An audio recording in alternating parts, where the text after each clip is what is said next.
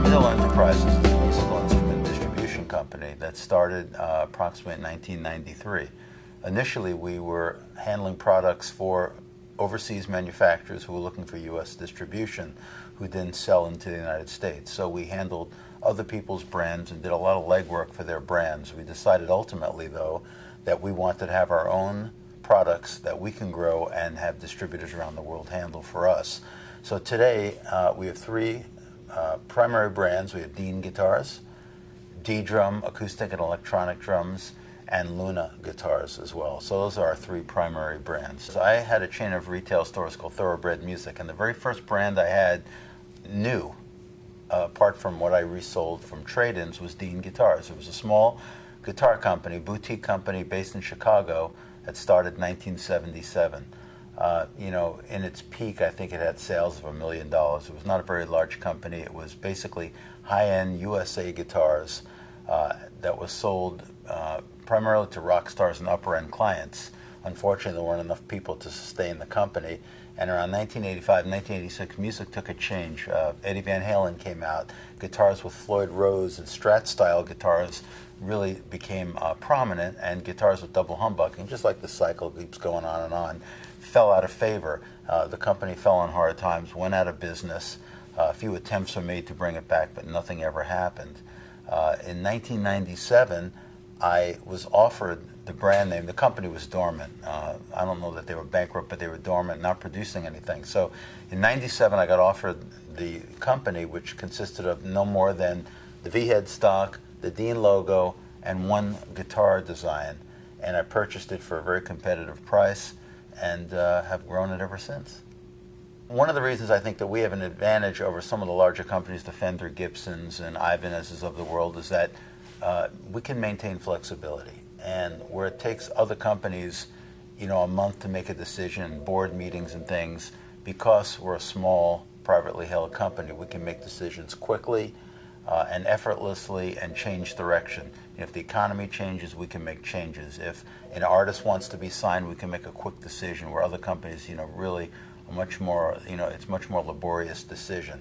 So I would say part of, you know, what we do that has been good is our flexibility, reacting to conditions, marketing conditions, changes in music style. We're able to make the changes in our instrument selection that keep us on top.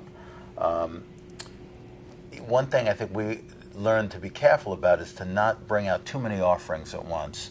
If we go to a trade show and we bring out, you know, 40 or 50 guitars, what happens is they begin to cannibalize each other, because there's only a certain number of instruments that a new buyer or a new dealer is going to take on at one time. The other ones kind of, you know, fall out and don't get the support that they really need. So we've learned to be more selective in what we bring out. Another, you know, method we do for launching instruments is to actually show prototypes on Facebook. Leak it out on Facebook and get initial reaction before we bring it to market and find out, do we have a winner, or do we just think it's a winner and it really doesn't suit the current market? So we've learned to kind of get some initial reaction before bringing out a product, importing it, and then finding out it's really not suitable for the market. The other thing I find important for me is that whether I believe in a product or not, I need to get the buy-in and support from my staff. I find no matter how enthusiastic I am about it, if they're not in support of my decision, it will not be successful. So I've learned to kind of have these group meetings to learn that whether or not they feel this is something they can support long term. When we partner up, a good thing we've done in the past, when we partner up with companies, we try to partner up with the biggest and best companies that we can. We do a big jam every year at the NAMM show in California, and we partner up with companies like Monster Energy Drink, Monster Cable, Aphex Exciters, you know, people like that who are big, you know, forward-thinking companies. We find to be in their company also floats our boat, keeps us, you know, flying higher and higher all the time. And also, you know, working with restraint, knowing, you know, your limitations, your budgets, always working within proposed budgets, making sure that you don't take on too much, such as taking on too many artists that you can't support, taking on more dealers than you can support. You have to really understand what your capabilities are and work within them. I think the first thing, again, to putting it in financial terms, the first thing is a company has to decide what is your budget for total marketing. So it's usually based on what we like to do is look at our total revenue, projected revenue, and then come up with a percentage, whether it's 3 or 5% of total sales, and say this is the number we have to put into marketing. So we start with that number, and at that point we divide that up among web, print, clinics, shows, everything else, artists, everything that we do to promote the brand. And we have meetings to decide what are the ratios, what percent of the budget should we put in each category. So we get sales side of the building together with the marketing side of the building, together with our CFO, and we make these decisions ahead of time, 3 months before the end of the year, and decide what medium do we want to use to promote these events. What we find is that we're doing less and less print media.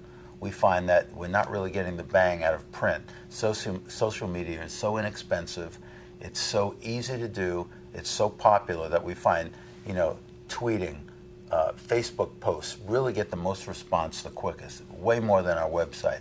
So we put more and more effort into social media. With that said, we were able to negotiate some very good print rates as well, based on the fact that print media is falling off as a medium for advertising.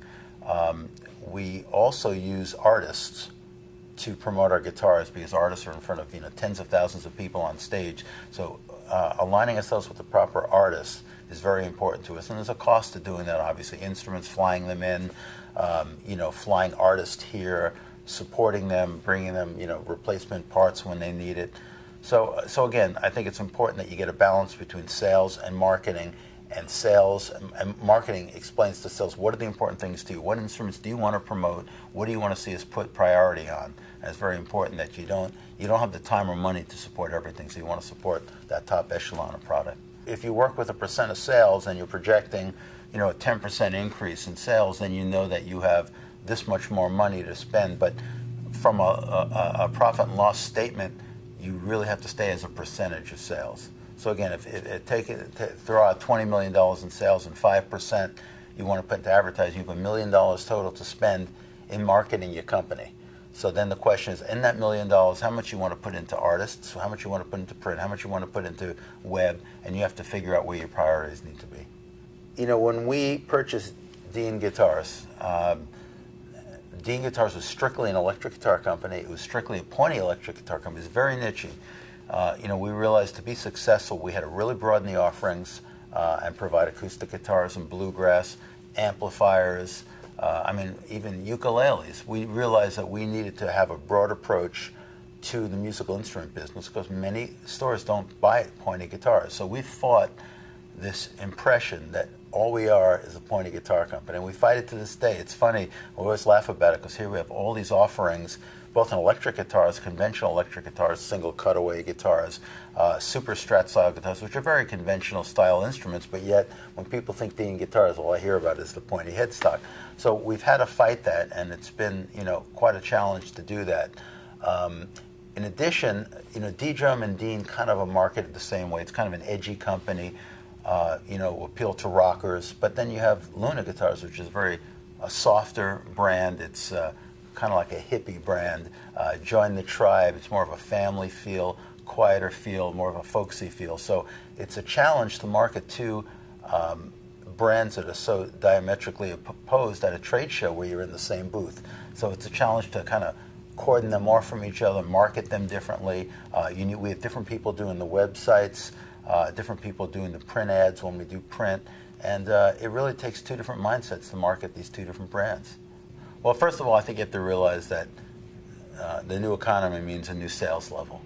So which means you have to figure out, where am I going to get my sales from? A lot of brick and mortar retailers are falling out. They're not able to compete with the larger retailers. You have people in this day and age, you have people like Amazon who have gone into musical instruments, and they're kind of a category killer. You have Guitar Center and Musician's Friend, who's somewhere between a third and half of the industry's business. So if you're not dealing with them, you're giving away, that much of the industry. You have the phenomena that the brick and mortar guys, a lot of the guys don't even have a website. And to wait for people to come in the stores is never going to work. So they need to realize that they need to have some different avenues for selling. We've gone to the extent of partnering with a company called Shopatron that actually connects buyers and sellers. So when a customer goes to our website, they click on Buy It Now, the sale is then sent out, funneled out to the nearest retailer who has the ability to make this sale. So because if we wait for a customer to walk in his local store, even if they're a Dean dealer or a Luna or a Ddrum dealer, chances are, if we have 700 or 800 offerings, maybe they'll have 2 dozen. Chances are, even if they find a authorized dealer, they're not going to find the product they want.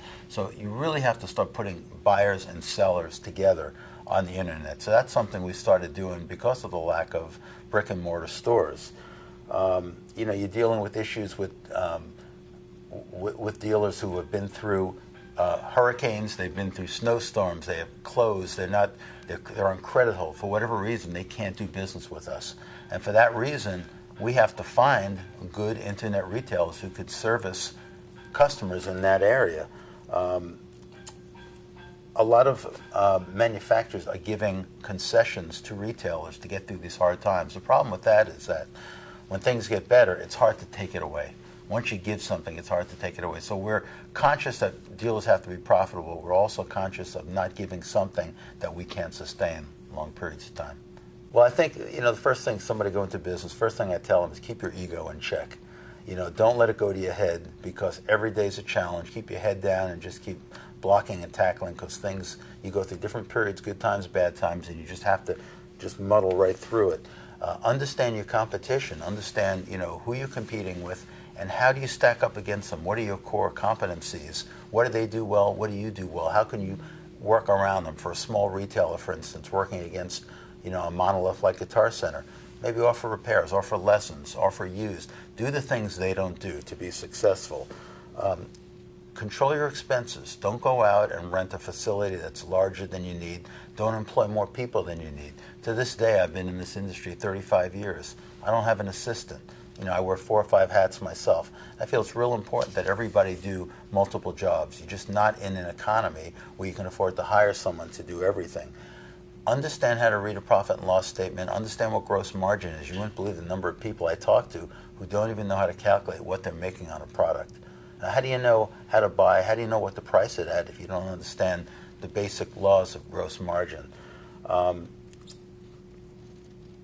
Don't go beyond what your core competency is. If your core competency is understanding musical instruments, don't go into selling computers. Stay with what you know. Getting too stretched out too quickly is what kills so many businesses.